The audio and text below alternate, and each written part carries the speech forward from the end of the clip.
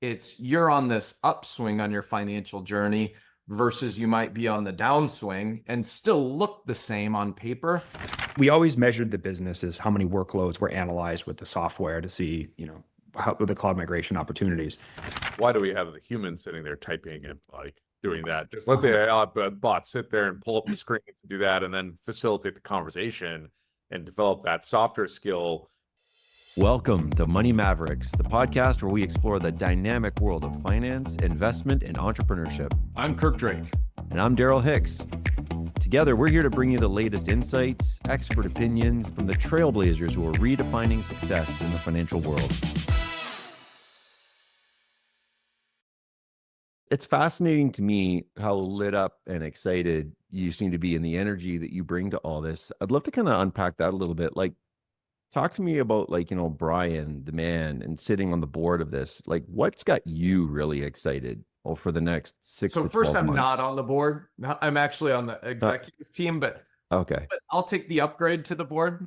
I just want to say that in case our board members are watching. And they're not taking their spot. Board members aren't paid, right? That's correct. So we have a board of credit union CEOs that are in this for the right reasons too. I mean, they spend a lot of time making sure we're doing the right things. But what has me excited is, again, it comes from the top. It comes from our CEO, who is, we're doing this to help the market, to help the industry, to help credit unions. And yeah, we need to, as a company, be profitable. We need to do some of those things that, publicly traded companies have an expectation to be profitable, all of those things. We have to do that too. But we also have to focus on service, have to focus on doing things the right way. And that is number one. And Chuck all the time says, what's the right thing to do? Let's do that. And then we'll figure out how do we take care of the financial pieces and those things on the backside. And that's what makes it fun to be a leader in this company, is we're doing things because it's the right thing to do, not because we're forced to do it because an investor wants extra profit this quarter or whatever. So yeah, that's awesome. It's cool. And that enthusiasm definitely really comes through. Kirk, you had a couple of things I think you wanted to jump in. It's interesting, Brian, you were talking about a call center that handles a lot of call volume. And there's been some pretty disruptive tech that's come out in the call center space with the AI stuff that Kirk and I have been kind of geeking out on. Yeah. I think there were some talking points that you had around that, Kirk. Yes. So obviously I've been tracking this for a while with my book and everything else, but the Klarna announcement really, I just thought was poignant around how impactful this is going to be. And you guys have a ton of call center reps, and I know credit unions want to make sure it's a human a lot of the time. And I have two views of are we going to go down this group of people that are almost flat earther, we're going to not have any tech, right? Versus this other group of no, we want this to be, the speed of money and whatnot. So when I assume you've seen the Klarna announcements, sure. What's your reaction? What are PSU's? So I think you said the word balance, and that is exactly right. So I think, I forget the number, 700 employees that they were able to get rid of in their call center, replace them with AI.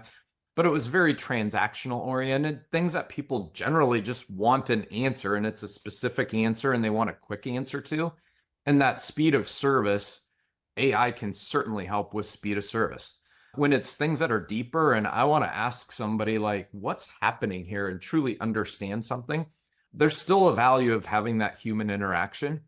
And a lot of it for credit unions too, for us too, is about how do we serve and meet the member or the consumer where they want to be met? And there's a lot of times I don't want to talk to a person. It's easier, it's faster. And there's times that you do. And I think about credit unions now, incredible branch network. And we shouldn't be using our branches to do the transactional stuff. And so many still are. You're coming in to do a transaction, to cash a check or whatever. You should be going in because you want to have a different interaction, a deeper interaction. And, I think about Europe, because Europe generally leads the world in these kind of things. So Europe is a huge leader in driving people back into stores and using AI technology, geofencing, to make that in-store experience much better. If I can go into a store and see and touch and feel the clothes I'm going to buy, versus buying it online, getting it home, trying it on, sending it back if I don't like it, and having somebody there that maybe even helps me fit into clothes better and look better. Like that's how European stores are using their stores, not as transactional, come in, buy a shirt and leave. It's you get a way better customized, tailored experience when you come in. They still have online stores and you can still buy all the stuff online, but it's just a differentiated level of experience. And that's where I think AI can come in huge. Like, hey, if I want to have a ton of information and do it myself, huge advantages of AI. If I want to have a differentiated custom experience, there's still advantages. Now you have to train your staff different. You can't, have an hourly staff that can provide that customized, tailored experience. You're probably employing a whole different type of person in the branch to do that, but it's replacing a ton of expense on the AI side. So that's how I think about it. It's not about replacing people, it's about changing experiences. I also think there's something about like, why do we have the human sitting there typing and like doing that? Just let the AI bot sit there and pull up the screen to do that, and then facilitate the conversation and develop that softer skill. Not, let me sit here and fat finger your number right. Before, right? Like, yeah. The interesting thing to me around this is that the one thing that AI can't do to this anywhere near the same level that humans can, at least not yet, is judgment. But unfortunately, not all human beings are created equal when it comes to judgment either.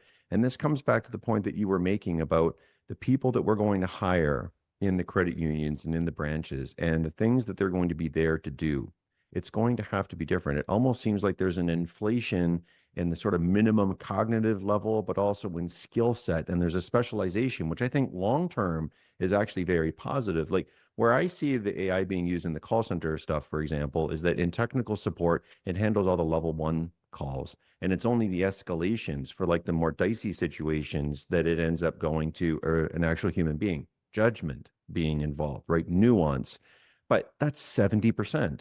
70% of the calls can be triaged, which with a really basic. And the crazy thing is, I haven't had the experience myself, but a couple of buddies of mine who are really, really deep into the call center world and have been for a long time, they tell me that when they're dealing with the AI agents, they themselves, as the owners of call centers, cannot tell the difference between talking to an AI agent or an actual live human being. The accent, the flow, the speed of responsiveness, the quality of the interaction, the problem being solved. Again, we're talking about basic stuff where you've got like a workflow you're following through. But again, we're talking about like if you wipe out 70% of like all the rank and file stuff, the people that are just there kind of doing more low skill kind of stuff, that's I think the stuff that really all disappears. And this is what we've seen with AI everywhere, right? Like it's not going to take away all lawyers. What it's going to take away is like the 70% of all of the basic stuff of filling out contracts. Same thing with accountants, like, the bookkeeping and matching transactions. Like it takes away all the basic stuff. But now what you need is a more specialized labor force. I love when an AI call center agent says things like, let me look at that. It sounds like it's a true person that would say that. AI can leverage those humans to make that a better experience. So one of my favorite credit unions, they look at where is somebody on their financial journey through life. What do you look like today? 700 FICO score, $20,000 in debt. You're on this upswing on your financial journey versus you might be on the downswing and still look the same on paper, but they use AI tools to tell you, hey, this person's improving. So they're on the way up versus somebody else that may look the same, might be on the way down. And you talk to those people, you have way different interactions when you know that. And they're using those AI tools to inform their staff to have that different and better conversation with people.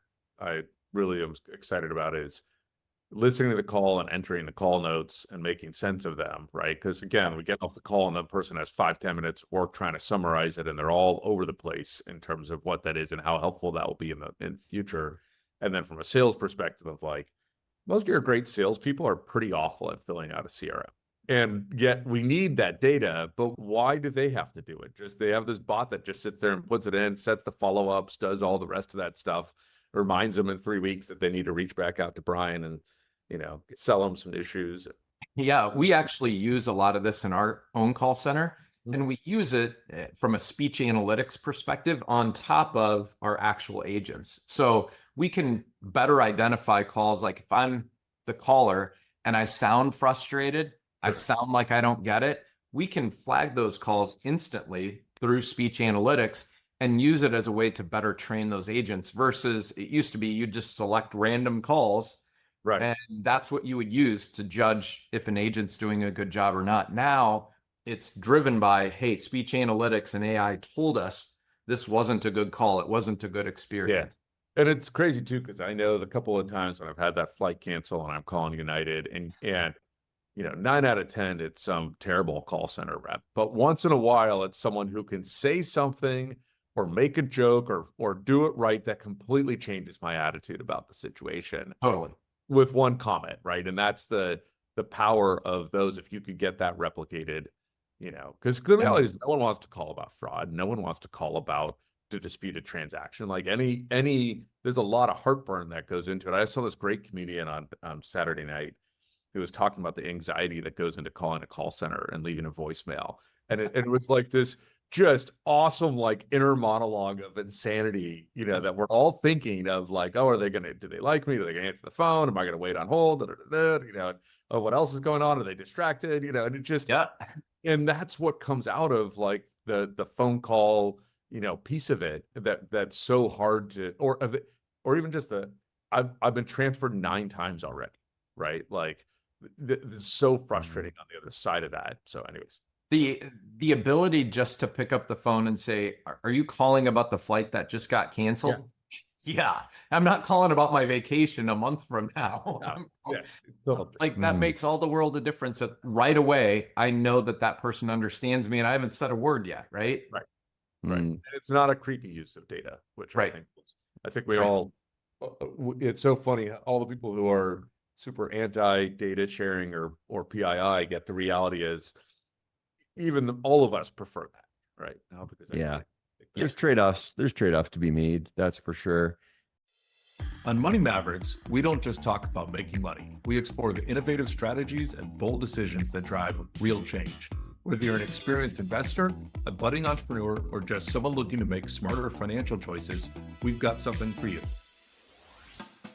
Every week, we're going to sit down with industry leaders, visionaries, and mavericks who share their journeys, challenges, and breakthroughs, from contrarian views on market trends to the secrets behind building a successful startup. You get an inside look at what it takes to thrive in today's economy. And we promise to keep it real, engaging, and most importantly, actionable. No jargon, no fluff. Just straightforward conversations that you can apply to your own financial journey. So get ready to challenge your thinking, expand your knowledge, and take control of your financial future. This is Money Mavericks, where we turn financial dreams into realities and mavericks into legends. How does a guy start out working, you know, on a retail shop floor to suddenly being CEO of a technology company, getting acquired by Amazon, then leading, you know, hundreds of people on an org chart and a pretty significant P&L? I mean, it's been an amazing journey for you, but would love you to kind of like walk us through how that all started and how you ended up where you were. We'll go in the Wayback Machine here. I started off as not a very good student. Like when I was in high school, you know, I was more into sports than I was into academics. So I kind of scraped through and ended up somehow getting into RIT. So I'm from upstate New York in Rochester and got into RIT. And I was always pretty good with a computer. When I was about 8 years old, my mom traded a copy machine for a TRS-80 and I started programming. But back then, you know, nobody really knew what I was doing. And, you know, nobody really knew how powerful these things were actually going to be. Not in my house anyway. So the computer was like my fun time. Like I was playing video games or something, but I wasn't. I was like programming and learning how to make this thing work. I was pretty good at that. Wasn't great at math and science and a lot of the other stuff. But once I got into university and I was at RIT in computer science, I was pretty good. I was a pretty good programmer. Not a great programmer, but pretty good programmer for the time. So I, you know, got through, had really good grades through university finally. It was hard sledding, but, you know, I got up to speed on math and all that kind of stuff. And all during high school and grammar school, I worked for my stepfather, who owned a chain of retail furniture and appliance stores. So, you know, my job back then, from the time I was like 8 years old through high school, was either working in the warehouse, sweeping floors, carrying stuff out to people's cars. Eventually I learned how to sell, and I got to sell, you know, TVs and electronics and all that kind of stuff. And over the years, as I went through university, I worked for him full time. And when I finished school, I was like, hey, this is awesome. I'm done school now. I want to come and work for you full time and, set up this whole computer business and get you going on that. He's like, absolutely not. And I was like crushed. I was like devastated. I was like, what do you mean? He's like, you are going to do far greater things than work on a retail sales floor and be in this business. He's like, this computer thing, this internet thing, it's the real deal. You got to go do that. Go figure that out. And I'd had some internships and some jobs, but it just so happened that one of my neighbors, who my father also knew, was just recently spun out of Kodak to start a company in Rochester called Applied Graphics. And they did digital photo finishing for newspapers and magazines. And it was a startup. I was like the number 8 or 9 hire. We were a small group and I was a programmer. And that's when I learned I wasn't a very good programmer, but I was really good at lots of other stuff. And we ended up building systems to do online photo finishing for newspapers and magazines, which turned into online photo centers. So I got to really see what it was like in a startup environment. They had taken the company public. I got to work with some incredibly smart engineers and marketing people. And, I was on the road constantly. And it was just a ton of work. And I was just going. And I did that. We ended up selling that business to Fujifilm. And I was young. I was like 23, I think I made like $300,000 or $400,000. And I just thought, for a kid in Rochester, New York, that is a pile of money, back then. And it was great. It was a whole lot of fun, but after the acquisition, it was not fun. Fuji did not acquire that company well. They kind of put a lot of controls on us and I ended up not wanting to stick around. So I went to Microsoft for a little while, got to build software at a really big scale. And then I came to Canada to run another online photo business up here in Vancouver called P&I Digital Media. That was a pretty cool company. When I got there, they didn't really have any customers and they didn't really have any money. And we ended up building an online photo platform that was used by just about every retailer in North America. And then we went out, did a couple acquisitions in the UK, bought a few companies over there, and we had pretty much a worldwide network of retailers: Costco, Jessup's, Asda, Boots, Walmart, CVS. Pick a retailer, they probably use the platform. And that was pretty wild. And we had data centers all over the world and got to be the president and the COO of that company, publicly traded.